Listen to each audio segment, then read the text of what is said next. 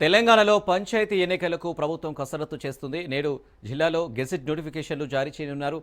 ఎన్నికల నిర్వహణపై ఇవాళ హైకోర్టులో విచారణ జరగనుంది. హైకోర్టుకు ప్రభుత్వం నివేదిక సమర్పించనుంది. హైకోర్టు తీర్పును బట్టి షెడ్యూల్ నోటిఫికేషన్పై నిర్ణయం తీసుకునున్నారు. 3 దశల్లో ఎన్నికలు నిర్వహించాలని సర్కారు యోచిస్తుంది. కేబినెట్ భేటీలో ఖరారు చేయనున్నారు.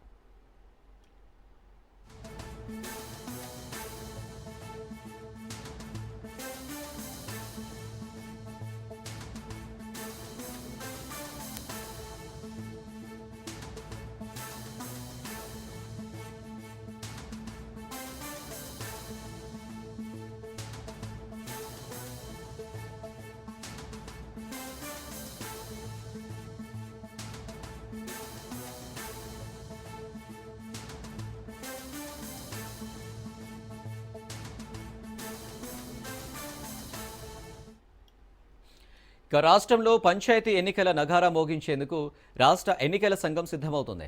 గ్రామ పంచాయతీలకు జరగబోయే ఎన్నికలకు సంబంధించి ఆయా జిల్లాల్లో సర్పంచ్, వార్డు సభ్యులకు సంబంధించి రిజర్వేషన్ల ప్రక్రియ పూర్తయింది. ప్రభుత్వం జారీ చేసిన మార్గదర్శకాలకు అనుగుణంగా వార్డు సభ్యుల రిజర్వేషన్లను ఎంపీటీఓలు ఖరారు చేయగా, సర్పంచుల రిజర్వేషన్లను ఆర్డీఓలు సిద్ధం చేశారు. ఎంపీటీఓలు, ఆర్జీఓలు తమ పరిధిలోని మండలాల వారీగా రూపొందించిన రిజర్వేషన్ల జాబితా కలెక్టర్లకు సమర్పించారు. వారు అందించిన వివరాల ఆధారంగా నిబంధనలను సరిపోల్చుకుని జిల్లాల వారీగా సర్పంచ్, వార్డు సభ్యుల రిజర్వేషన్లకు సంబంధించి గెజెట్ నోటిఫికేషన్ను విడుదల చేయనున్నారు. దీనికి సంబంధించి మరిన్ని డీటెయిల్స్ మా ప్రతినిధి సునీల్ అందిస్తారు.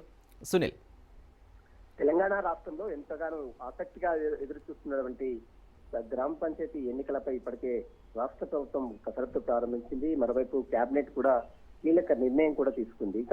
ఇప్పటికే జిల్లాల వారీగా పాత రిజర్వేషన్ల ప్రకారమే, అంటే బీసీలకు 42% అని గతంలో చెప్పినప్పటికీ కూడా దానికి కోర్టులు బ్రేకులు వేయడం, ఆ తర్వాత గవర్నర్ దగ్గర ఆమోదం తెలపకపోవడంతో గత పాత పద్ధతి ద్వారా 2018 స్థానిక సంస్థల ఎన్నికలు ఏ విధంగా జరిగాయో రాష్ట్రంలో అదే తరహాలో ఇప్పుడు కూడా బీసీలకు అంటే మొత్తం 50% నుంచి రిజర్వేషన్లు లోబడి గ్రామ పంచాయతీ శాఖ ఇటీవల కాలంలో ఒక జీవోని విడుదల చేసింది. ఆ జీవోకి అనుగుణంగానే సంబంధించినటువంటి జిల్లా స్థాయి అధికారులు, జిల్లా స్థాయి కలెక్టర్లు మొత్తం కూడా పూర్తిగా ఎంపీడీఓలు, ఆర్డీఓలతో పూర్తిగా రిజర్వేషన్లకు సంబంధించినటువంటి అన్ని వివరాలు సేకరించిన తర్వాత ఇప్పుడు ఈ రోజు ఎంపీడీఓలు, సర్పంచ్లకు సంబంధించినటువంటి విషయాలపై, వార్డు మెంబర్లకు సంబంధించిన విషయాలపై కూడా ఆర్డీఓలు ఇవన్నీ కూడా పూర్తిగా డేటాను సేకరించారు. ఇక ఈ రోజు జిల్లా స్థాయి అధికారులకు ఆ డేటా ఇచ్చిన తర్వాత జిల్లా స్థాయి కలెక్టర్లు ఈ రోజు గెజిట్ నోటిఫికేషన్ కూడా విడుదల చేసే అవకాశం. మరోవైపు పాత రిజర్వేషన్ల పద్ధతి ద్వారానే వెళ్తున్నటువంటి నేపథ్యంలో దానికి సంబంధించినటువంటి 3 దశల్లో ఎన్నికలు నిర్వహించాలని ఇప్పటికే రాష్ట్ర ప్రభుత్వం కసరత్తు ప్రారంభించింది. ఎన్నికల కమిషన్ కూడా ఆ తరహాలోనే అన్ని జిల్లాలకు సంబంధించిన అబ్జర్వర్లతో వీడియో కాన్ఫరెన్స్ కూడా నిర్వహించింది. ఈ రోజు తెలంగాణ హైకోర్టులో స్థానిక సంస్థల ఎన్నికలకు సంబంధించిన విషయాలపై కూడా ఈ రోజు కోర్టులో ప్రభుత్వం నివేదిక కూడా సమర్పించింది.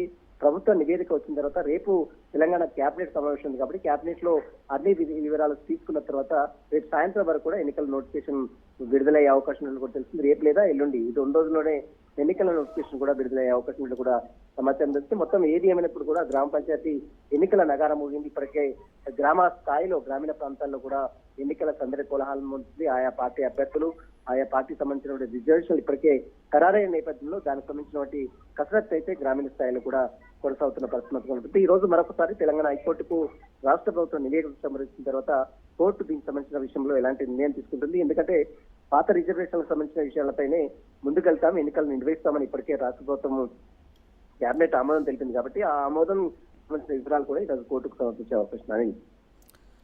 రైట్ సునీల్.